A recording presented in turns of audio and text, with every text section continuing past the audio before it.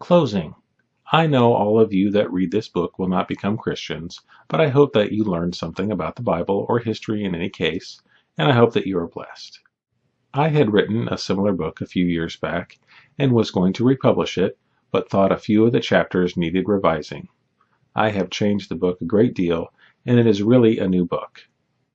The old book was concentrated on rebutting arguments of a Jewish apologist, and if there are some arguments that you have heard that I did not address, chances are that they would be in the other book. Is Jesus the Messiah is still available in both print and electronic versions. If any of you have been convinced by my arguments, I would like to point you in the right direction for a church. The two biggest evils in a church are not accepting the Bible as being the inspired Word of God and signs and wonders. While I do believe that the Bible is the Word of God, I also believe that God can use symbols and figures of speech to convey His message.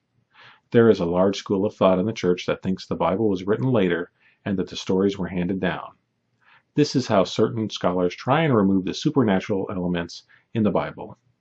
The record shows that the New Testament was written down very early, and most of the elements that people pose as challenges, like Paul not speaking well in Greek or Pilate not being governor at the right time, have now been dismissed by modern archaeology. Signs and wonders are identified with Satan in the New Testament, except when they happen in the Bible. The most common form this takes in the modern time is speaking in tongues. The Bible references this only a few times, like on Pentecost, but for the modern era there are only supposed to be tongues spoken in a church unless there is an interpreter. This eliminates all speaking in tongues at a church that is supposed to be speaking in the language of angels.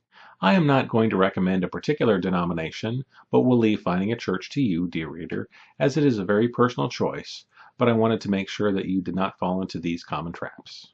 God bless.